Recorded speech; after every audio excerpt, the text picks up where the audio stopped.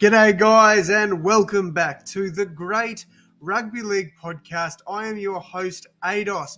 I hope you have all had an amazing week and are having a relaxing Sunday morning. All right, we are on to episode 4 of the podcast, and in today's episode we're going to be taking a look back at how well the Pacific nations did in the Rugby League World Cup and how amazing some of the fans were. This one may be a lot shorter than most, so to conclude the podcast, we will discuss some of the transfer rumours from earlier on in this week, breaking the fourth wall. I'm recording this on Wednesday, so if something happens between now and when this is uploaded on Sunday morning, I do apologise. Anyway, without further ado, let's jump straight in and get started. To kick things off, I just want to talk about the improvement of some of the Pacific nations, mainly Samoa, Fiji, and Papua New Guinea. All three of these nations really took a step up in this World Cup, with two of them making it to the quarterfinals and the other was a runner-up. Crazy stuff from all three. Firstly, let's discuss Fiji. What a journey the World Cup was for them, making it all the way to the quarterfinals, but falling just shy, losing to the Kiwis by 6 points. A lot of positives to take out of their World Cup campaign with young guns Taniela Sadruga, Siwa Wong, and Sunir Taruva all really stepping up and looking outstanding. With more NRL experience to come for these players, I think some of Fiji's young talent will sure be in for a massive improvement and be a huge threat once again in the next World Cup. Next team I'd like to discuss is Papua New Guinea. Papua New Guinea were another team that were incredible in the World Cup, boasting plenty of NRL talent in Alex Johnston, Justin Olam, and ex-NRL forward Reece Martin. Not only that, but they have a lot of young talent who are just finding their way through NRL systems now. So like Fiji, Papua New Guinea are only going to improve over the next few seasons. Papua New Guinea, like Fiji, made the quarterfinals, only to go down to an in-form England side 46-6. For the most part, Papua New Guinea looked quite dominant, and while England went into this game quite comfortably favourites, quite a few people did pick Papua New Guinea to cause an upset. Unfortunately, that wasn't to be, and England, after a dominant first half, ran away with the game, sending Papua New Guinea home. While we are on the topic of Papua New Guinea, how passionate are their fans? I'm sure you've all seen the photos of PNG supporters creating like a house or warehouse sort of building to watch the games on a tiny TV. They are some of the most passionate fans in rugby league. Even if their team is down by plenty with a couple of minutes to go, they don't leave early. They stay and cheer on their team until the final whistle is blown. Not many teams do that these days. They also just love rugby league. I remember them greeting the Australia's PM17 side, and they got a few. These bloody scripts, I tell you, I don't think I'll ever get used to them. We might have to scrap them. I remember them greeting the Australia's PM side a few years ago when they played over there. That wasn't even Australia's best squad, and the fans just crowded the bus. It was crazy. They've just got some of the most passionate fans in rugby league. On the topic of passionate fans, let's talk about Samoa and their success in the World Cup. Samoa were outstanding in the World Cup. When I did my predictions, I actually had Samoa and Australia in the World Cup final. However, after the first loss Samoa suffered to England, conceding 60 points, I quickly lost faith in the Samoan boys. Big mistake, I know. After that defeat, Samoa went on a roll, defeating Greece by 68 points and then France by 58 points, then going on to defeat Tonga 20-18 in the quarterfinals, then beating England 27-26. A lot of people jumped on the Samoan bandwagon after this run, with quite a few people hoping the fairy tale World Cup run would end with Samoa defeating Australia. This was not to be the case, as the Aussies downed Samoa 30-10 in the final. I honestly believe Samoa will use this loss as motivation and work harder to build on a successful World Cup campaign. The majority of their squad are quite young, and there are also plenty of development players coming through, which will benefit them immensely. I just hope we see a few international games before the next World Cup to help the development of not only Samoa but the other nations as well.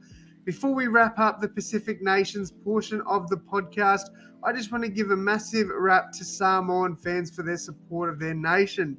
I'd say while PNG fans are super passionate, the Samoan fans have probably overtaken them now, with parades all across the world in celebration of their achievements. It was honestly amazing to see, and I am really disappointed in myself that I didn't make the time to get to one of these parades. I would have loved to. I was invited by a few people, but unfortunately, the times just didn't match up. But honestly, Samoan fans, you deserve to take a massive bow for the support and passion you have towards your team. It was honestly breathtaking and amazing to witness. Some parades have continued to this day. Crazy. Anyway, guys, that brings an end to this section of the podcast. We will now talk about some transfer whispers from the week so far. Let's jump straight into this one with arguably the biggest news: Panthers parting ways with Stephen Crichton. This one, while it has been in the news for a little while now as a rumour, still took me very much by surprise. This, in my opinion, is actually quite a big loss for the Panthers and arguably a massive gain for any team that picks him up. Rumours are he's heading to Belmore to play for the Bulldogs and to play fullback, which is huge news for the club if true. I already see the Bulldogs as a top 8 threat, but this would make them a lock for the 8 in 2024. I also rate Averillo very highly, so I believe we will see him go to another club for next season. Potentially maybe the Dragons, Storm or Knights. That's if they miss Lockie Miller.